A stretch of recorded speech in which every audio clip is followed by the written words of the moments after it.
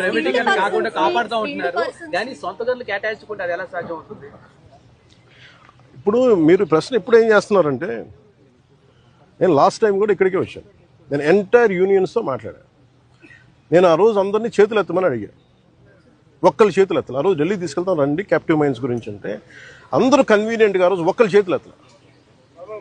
అంటే మీరు individual party politics still, మీరు కలెక్టివ్గా స్టీల్ ప్లాంట్ మాది అనుకున్న irrespective party verticals or wing verticals పక్కన పెడితే, మీరు స్టీల్ ప్లాంట్ కార్మికులు బాగు కోరుకోవాలి, ఇది బాగుండాలి, ఇది విశాఖ ఉక్కు, ఇది ఆంధ్రుల హక్కు అనే మీరు పదాన్ని నిజంగా మీరు ముందుకు తీసుకెళ్లాలి స్ఫూర్తినంటే, నేను ఆ రోజున ఇదే దాంట్లో గత వైసీపీ ప్రభుత్వం ఇది అమ్మేస్తానంటే మేము వచ్చి కూర్చొని కొట్లాడాం. దీనికి అదే దాన్నే నివేదిక రూపంలో నేను మన హోంమంత్రి గారికి తెలియజేశాను. అది మీరు చూస్తే వెంటనే దాన్ని ఆ ప్రైవేటీకరణ కూడా ఆగి ఈరోజు ఇక్కడికి వచ్చింది. ఇది మేమందరం సమిష్టిగా చేసాం, మాట్లాడాం.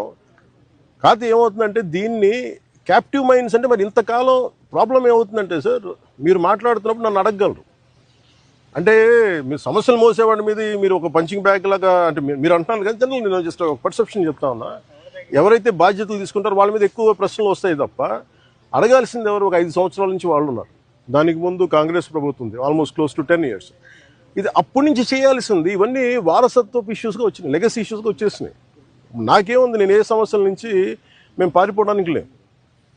ఉన్నది వాస్తవాలు చెప్పి అర్థం చేసుకొని దానికి ఒక పరిష్కార మార్గం ఎతకడానికే మేము సంపూర్ణ సర్వ ప్రయత్నాలు చేస్తాం. ఇదే స్టీల్ ప్లాంట్ ప్రైవేటీకరణ అప్పట్లో ప్రస్తావన వచ్చినప్పుడు వైఎస్ఆర్సీపీ ప్రభుత్వం గట్టిగా దీన్ని ఆపింది. ఇందులో భాగంగానే 2021 మార్చి 9వ తారీఖున ప్రధానమంత్రి గారికి లేఖలు కూడా రాశాం. ఎట్టి పరిస్థితిలోనూ స్టీల్ ప్లాంట్ ప్రైవేటైజేషన్ జరగకూడదు, ఈ ప్లాంట్ ను నిలబెట్టగలిగే పరిస్థితికి వివరిస్తూ ఏ రకంగా చేస్తే ఈ ప్లాంట్ నిలబడగలుగుతుంది అని చెప్పి సలహాలు ఇస్తూ ప్రధానమంత్రి గారికి లేఖ కూడా రాశాం. ఫిబ్రవరి 6th, మార్చి 9th 2 లేఖలు ప్రధానమంత్రి గారికి రాశాం. దీని తర్వాత 2021 మేలో ఏకంగా అసెంబ్లీలో తీర్మానం చేశాం. ఎట్టి పరిస్థితుల్లోనూ స్టీల్ ప్లాంట్ ను ప్రైవేటైజ్ చేయడం అన్నది అన్యాయము, చేయొద్దండి అని చెబుతూ, therefore the house unanimously resolves to oppose the decision of the government of India on strategic disinvestment of government of India's shareholding in RINL Visakhapatnam along with the management control by way of privatization.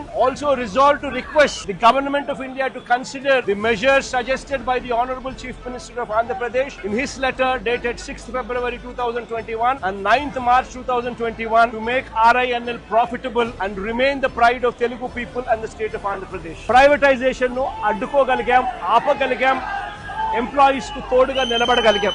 ప్రధానమంత్రి గారు విశాఖపట్నం వచ్చినప్పుడు November 12, 2022 సాక్షాత్తు ప్రధానమంత్రి గారి సమక్షంలోనే privatisation కు ఆపండి అని చెప్పి కూడా ప్రధానమంత్రి గారిని కోరడం కూడా జరిగింది.